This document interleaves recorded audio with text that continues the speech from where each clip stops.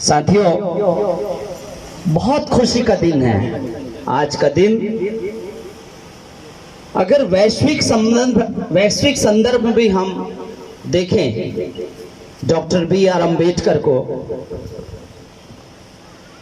तो विश्व में जितने भी महामानव हुए हैं, मार्टिन लूथर किंग हुए हैं, कार्ल मार्क्स हुए हैं, नेल्सन मंडेला हुए हैं, अब्राहम लिंकन हुए हैं, लेकिन डॉक्टर अंबेडकर का संघर्ष सही मायनों में सबसे अलग है।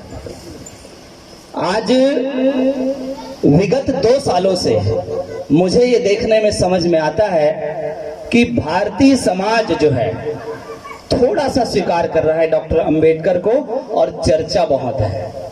मेरे मित्र आए हैं प्रशांत सहारे जी, वो कहा करते थे कि डॉक्टर अंबेडकर एक ऐसे स्प्रिंग है, जितना एक ऐसा पिस्टन है, जितना दबाने की हम कोशिश करते हैं उतना ही ऊपर उठता है। अभी मैं सोशल मीडिया पे, टीवी में बहुत सारे लोगों को देख रहा था कि सब डॉक्टर अंबेडकर का नाम लेते हैं, लेकिन उनके सिद्धांतों की बात आती है तो सब उससे परे हो जाते हैं, कोई उनको स्वीकार नहीं करता है।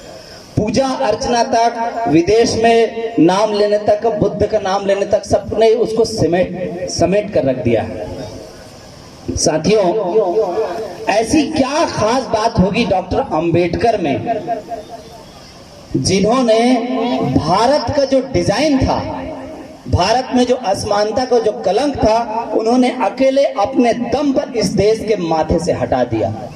श्री शेखू वर्मा जी बात कर रहे थे ओबीसी समाज की, कुर्रे जी बात कर रहे थे, और भी साथी लोग बात कर सकते हैं। डॉक्टर अंबेडकर ने सिर्फ एससी समाज पर ही नहीं, सिर्फ एसटी समाज पर ही नहीं, उन्होंने ओबीसी समाज पर, महिलाओं पर, और यहाँ तक कि सामान्य कास्ट के लोगों पर उपकार किया है।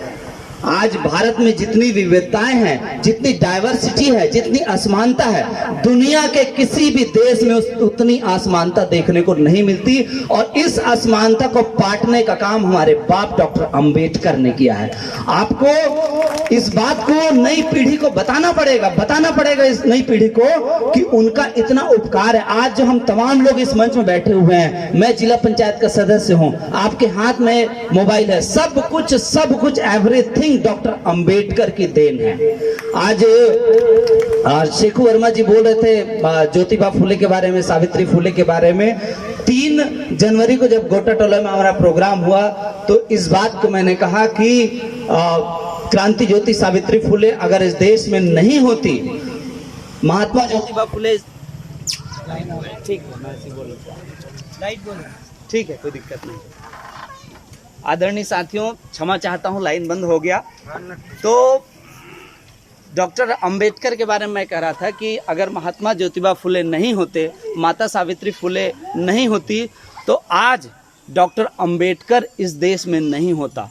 इस देश का विधान लिखने वाला डॉक्टर अंबेडकर, आपको सोचने में रोंगटे खड़े हो जाते हैं। एक ऐसा व्यक्ति जिसको स्कूल में भी बैठने नहीं दिया गया, उसने देश का विधान लिखा है, और आप लोग इस चेयर में बैठे हैं, ये डॉक्टर अंबेडकर की बदौलत। ये सिर्फ वही कर सकता है। दुनिया में 210 देश हैं, एक देश में भी ऐसा नहीं है जो स्कूल के बाहर बैठने वाला आदमी, जिसको पानी भी फेंक के दिया जाता था, जो सरकारी नौकरी में राजा के घर में आए, उसको भी किराए का घर नहीं मिलता था। और इस देश का डिजाइन देखिए कि उसने इस देश का आईन लिखा, संविधान लिखा, कॉन्स्टिट्यूशन लिखा, और हम सबको एक भाईचारा के आधार पर जीवन जीने का शानदार मौका मिला है।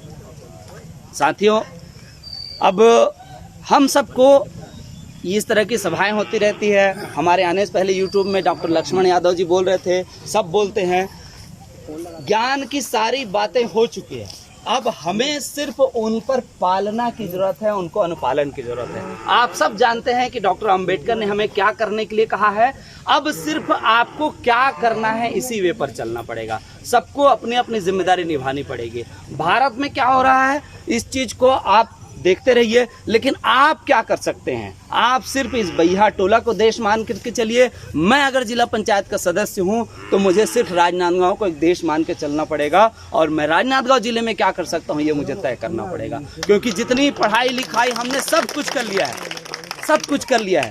आप डॉक्टर अंबेडकर के वाग्मय को पढ़ेंगे, उनके संदर्भों को पढ़ेंगे, तो सचमुच में जो संवेदनशील होगा उसकी आंखों से आंसू निकलने लग जाएंगे। तो आज हम डॉक्टर अंबेडकर के बारे में कहा जाता है कि वो ऐसे टैबलेट हैं, ऐसे खाना है जिनको भारतीय जनता पार्टी या भारत का मौजूदा कांग्रेस का कोई भी हो, यहाँ तक मैं आरपीआई की बात करूंगा या तृणमूल कांग्रेस की बात करूंगा, किसी बात करूंगा, आरएसएस की बात करूंगा, कोई भी ऐसा नहीं है जो डॉक्टर अंबेडकर के विचारों को पचा सकता हो। कितनी दिलचस्प बात है, कितनी विडंबनापूर्ण बात है कि हम डॉक्टर अंबेडकर के नाम पे वोट तो मांगते हैं लेकिन उनको नहीं मानते हैं। आज बहुत ट्रेजेडी होती है। हम सावित्री बाई को तो पूजा करते हैं, संत घासीदास की तो पूजा करते हैं, कबीरदास की पूजा करते हैं, लेकिन दिक्कत ये हो गई है कि हमने सिर्फ उनको फ्रेमिंग कर दिया है, उनकी तस्वीरों में कैद कर दिया है। आज उन्होंने कभी किसी महापुरुष ने नहीं कहा है, तथागत गौतम बुद्ध ने नहीं कहा है कि मेरी पूजा करना, लेकिन आज हम उनके वचनों को पीछे छोड़ दिए हैं और उनकी तस्वीरों को लेके बैठ गए हैं। महापुरुष यहाँ पे मरते हैं जब आपके दिल में रहते हैं और आप अपने हिस्से का काम करते हैं, महापुरुष वहां जिंदा रहता है।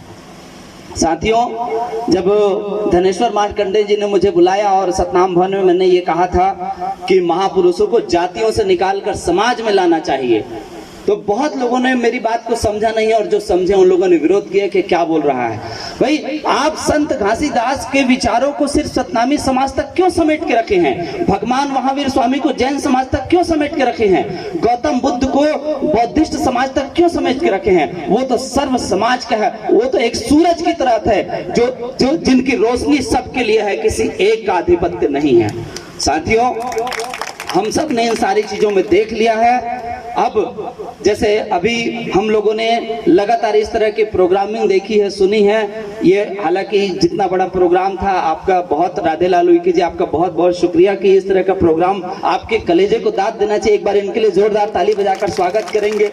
ऐसे कार्यक्रम लगातार होने चाहिए क्योंकि YouTube के माध्यम से कोई क्रांति नहीं हो सकती। और आपको जान के बहुत हैरानी होगी, विश्व के 200 देशों में भारत एक ऐसा विकसित देश है। विश्व के आधे देशों में क्रांति होगी, फ्रांस में हो गई, अमेरिका में हो गई, रूस में हो गई, चीन में हो गई, लेकिन भारत में आज तक कोई क्रांति नहीं हुई है। जो आपको अंग्रेजों से आजादी मिली है वो कोई क्रांति नहीं है। मैं तो कहता हूं अंग्रेजों का आना कई मायनों में भारत के लिए ठीक था।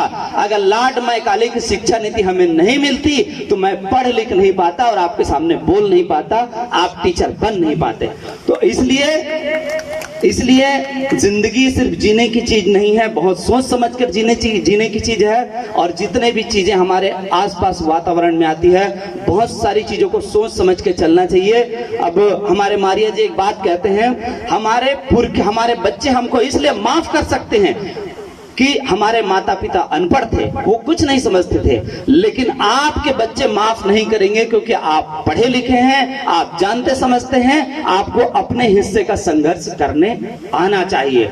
साथियों, दुनिया का पाप कोई किसी को मर्डर कर दे ऐसा कुछ नहीं। व्लादिमीर पुतिन लगातार मर्डर कर रहा है। दुनिया का सबसे बड़ा पाप है अगर आप अपने हिस्से का संघर्ष नहीं करते हैं, अपनी सामर्थ्यता का पूरा इस्तेमाल नहीं करते हैं, तो ये सबसे बड़ा पाप है, जघन्य अपराध है। डॉक्टर अंबेडकर ने, नेल्सन मंडेला ने तमाम उम्र जेल में काटी, लेकिन डॉक्टर अंबेडकर एक ऐसे व्यक्ति थे, दवाई के अभाव में उनका बेटा मर गया लेकिन फिर भी वो नहीं डूबे। सोचिए कि मानसिक रूप से कितने मजबूत इंसान थे वो। आज हम उनके औलाद होकर छोटी छोटी बातों में सैक्रिफाइस कर लेते हैं, कॉम्प्रोमाइज कर लेते हैं। साथियों, बोलने के लिए तो बहुत है, मुख्य अतिथि महोदय को सुनना है। इतनी ही बातों के साथ मैं अपनी बात समाप्त करता हूं। जय भीम, जय भारत, जय जय भारत।